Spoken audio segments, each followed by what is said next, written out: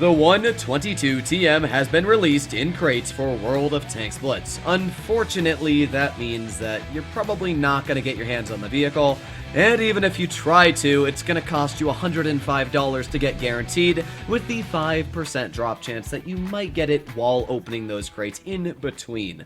Personally, as always, I do not think you should be spending your hard-earned cash on the 122 TM until the vehicle is released in a later date for probably 10,000 or 8,000 gold, whatever Wargaming decides to put it at. I would definitely suggest to wait until then before spending your money on this tank. However, in today's video, we are going to be playing in this Tier 8 Chinese medium/heavy tank, talking about its armor profile, why I actually really like its playstyle, and everything else. So if you enjoyed today's video and you'd like to see more like it, please consider smashing that subscribe button down below. But as always, let's get straight into it. Let's start off with the statistics of the tank. It carries a 120mm, very similar to vehicles like the T-34-2, T-34-3, and even the STG Guard if you want to talk about the quick aiming Russian/Chinese guns. It is a 3.6 second aiming time, 0.353 dispersion, 1900 DPM, and 400 damage per shot. When you add all those numbers together, basically what it means is it's got a decent aiming time. It's definitely not as quick as like the 2.2 seconds on the 34-3, but it's still pretty quick. You can aim in quite comfortably and a little bit faster than the Chimera. Its dispersion, not great. Chimera's 0.326, so it's not the most accurate of guns, but thankfully it has some pretty decent standard and premium penetration. I mean, the premium, because I'm running Cali, is 297. That's actually insane.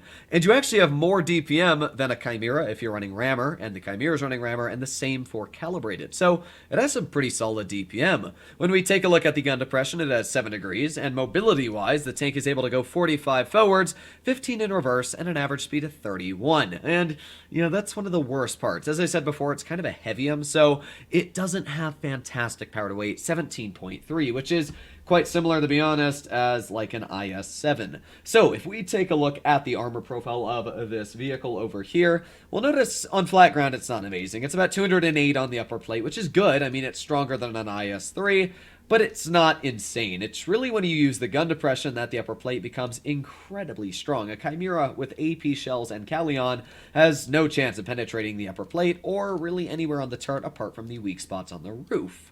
If you load premium again, you really just have no chance. You can't penetrate the upper plate, and you also can't penetrate the turret unless you aim directly at the cheeks. If you angle it correctly, you can make that upper plate really, really thick. I mean, even if we get out a vehicle, let's say like a heat spamming Tier 8 heavy tank, how about we go over to Russia heavies? Let's do an IS-6 with 297mm of heat pen, and still no chance of cutting through this upper plate. Very, very thick, and the turret's cheeks are still 260, so very good on the armor. That's something that's great. As I did say, it does have some cupolas on the roof, but for the most part, I really like the way that this tank's armor is laid out. When you compare it to like a Chimera, this actually has armor. And sure, it might not have as much gun depression or alpha, but it does carry very similar DPM, in fact a little bit more.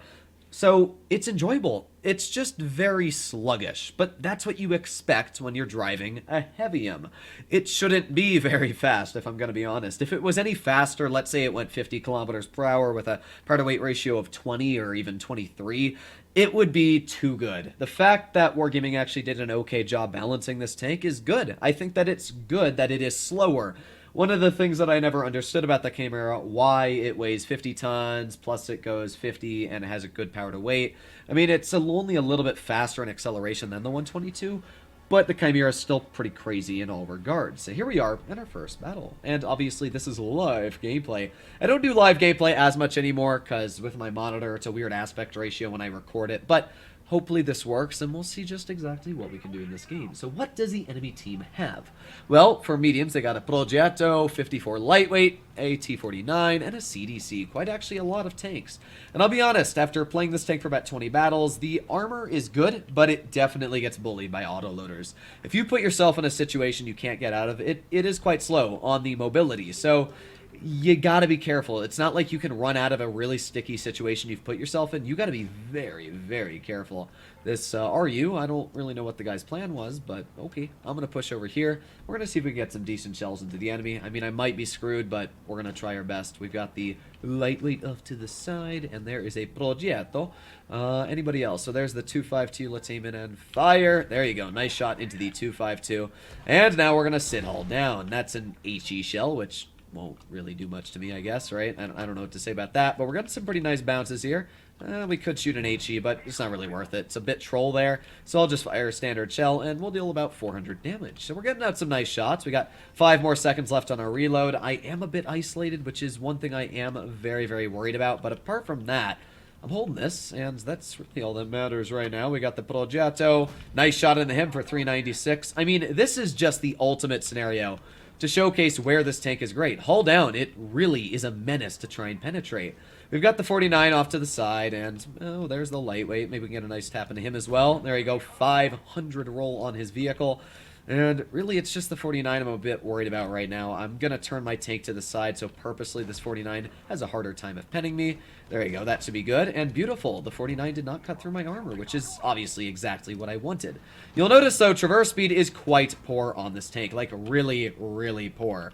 So that's one thing you got to be careful about. But we have blocked about 1,500 damage in this game. We're going to get a nice HE into the lower rear end of the 49, and I mean, clearly you can see where this tank is nice. I mean, a Chimera, sure, it can work some pretty good hull down positions, but it would not have worked as well as we did in this battle. Let's get another nice shot to that Progetto, and look at that, we're already over 3,000 damage. I mean, this was the easiest 3,000 we've ever had, and it showcases why I like this tank a lot. It has some very good situations going for it. Now, as I said, I do not think this tank is worth the price. So if there's people that are going to tell me that I'm a shill for wargaming or whatever, no. I don't think it's a worthy price tag for the tank. I don't even think 10,000 is a great deal. I think that a Chimera for a lot of you guys will still be a better tank just because it's easier to run. This tank, as I said, it kind of gets itself stuck out in the open, and when you do that, it's slow. You have to be very cautious on where you drive it. But with the Alpha, plus the mobility not being too bad, it's pretty enjoyable. I enjoy it a lot. So we're okay in this battle. We're already at like 3,400 damage, and obviously I'm going to try and get a little bit more out. So, sorry RU, but you're in my way a little bit, my guy. Let's get a bounce. Oh, man. We could have done like 4K, but I guess not. We ricocheted right off. You can see where that ricocheted. What a weird shot, right? Either way, we did our best, and it was a pretty good battle. So I cannot complain for the first victory in the 122 TM. 3,400 damage, almost 35, and a pretty good battle. So let's do one more, and let's see if the tank can continue doing pretty good, or it's going to fall apart. I think it's definitely one of those tanks that I have had my fair share of deaths where I haven't done a lot of damage. The gun, it's not the best on the aiming time. It's kind of like a heavy gun, but just a bit better on the aiming. And when it comes to the pen, its standard pen is not amazing. I don't know why, but 213 sounds a lot better on paper than it is in actual theory. I couldn't even pen like a Chimera turret on flat ground. It was weird. I didn't expect it. But yeah, the armor actually was quite strong on the Chimera turret. Even the side of like the VK100, I kind of struggled with pen. So I do think that the standard pen's not great, and I would suggest to run Cali to get that extra oomph on your premium. 297 is pretty crazy, I'll be honest. It is pretty crazy. So, here we go again. Let's see what we can do. Now, the sides of this vehicle are completely covered in spaced armor, which make it very flexible on any terrain or situation to work pretty well. What do we have up against us? We got a Lorraine and a T-43, and thankfully my Panther 8.8 is here, running a very ugly camo, but at least he is here, so I can't complain. Alright, Speedman. Man, that traverse speed is lame, isn't it? Alright, let's come over here. 43 is off to the side. Now, the 43 really can't pen me at all with standard ammo unless it shoots my lower plate, which obviously is a big upside for this vehicle. Oh, but we managed to bounce some mantlet. Not much I can say about that apart from a mantlet moment, right? So, what do we have? Well, we know the Lorraine is off to the side, which is not a vehicle I necessarily want to play with, but maybe we can get a nice shot into the T-43. Hello, and okay, that was just bad for me. I'll be honest, that was my mistake completely. But here we go. Now we got the Lorraine shooting at me, which is obviously not what I want. So let's back up, and maybe we can get a nice shot into him. I don't really know. Right now we're in a weird situation. Well, let me shoot the 43. I need to redeem myself from that very terrible shot before. I kind of underestimated my gun depression and, or overestimated, should I say. Because of that, I messed up that shot. So let's push over here. We got the low range speed. You can see where the power to weight is very poor on this tank, but the HE Alpha, oof, 446 right into the side of that vehicle, and he's taken out. I mean, we're not doing bad. We've only done about 900 damage in this game, and repositioning is obviously not great in this tank because it is so slow. But again, I enjoy it. I think that it suits its playstyle well. For what it's supposed to be, which is sort of a heavium, it does that role well. And it's one of the first heaviums I've ever seen that's actually like the opposite of what it normally would be. And I know that kind of sounded weird coming out of my mouth, but and what I mean to explain is like the E6, it's a heavy, but it's meant to play like a medium. And if you look at other tanks like that, there's not a lot. Like the E50M, sure, it's kind of a heavium, but it doesn't have turret armor. This tank actually has a very, very solid turret, which makes it quite enjoyable. So let's get a nice shot. Okay, I guess not. As I said, the standard pin is not amazing. You'd expect it to be better, and I thought that I could cut through that IS-2 Berlin, but unfortunately, no. Thankfully, we are going to get this shell right into his tank. Kaboom. Thank you very much. And there you have it. Not the best of battles, but we did okay. We did about 1,600, and we came out with a victory. So, I like the 122. Not everybody will agree with this opinion, but personally, I think it's a nice vehicle. Let me know what you guys think about it in the comments down below if you agree with today's video or you don't. I might do a full in-depth review in a little bit on this tank, but it's quite early and I thought I'd get my review out while I could. So obviously if you enjoyed today's video, I'll be seeing you in the next one. But other than that, bye-bye!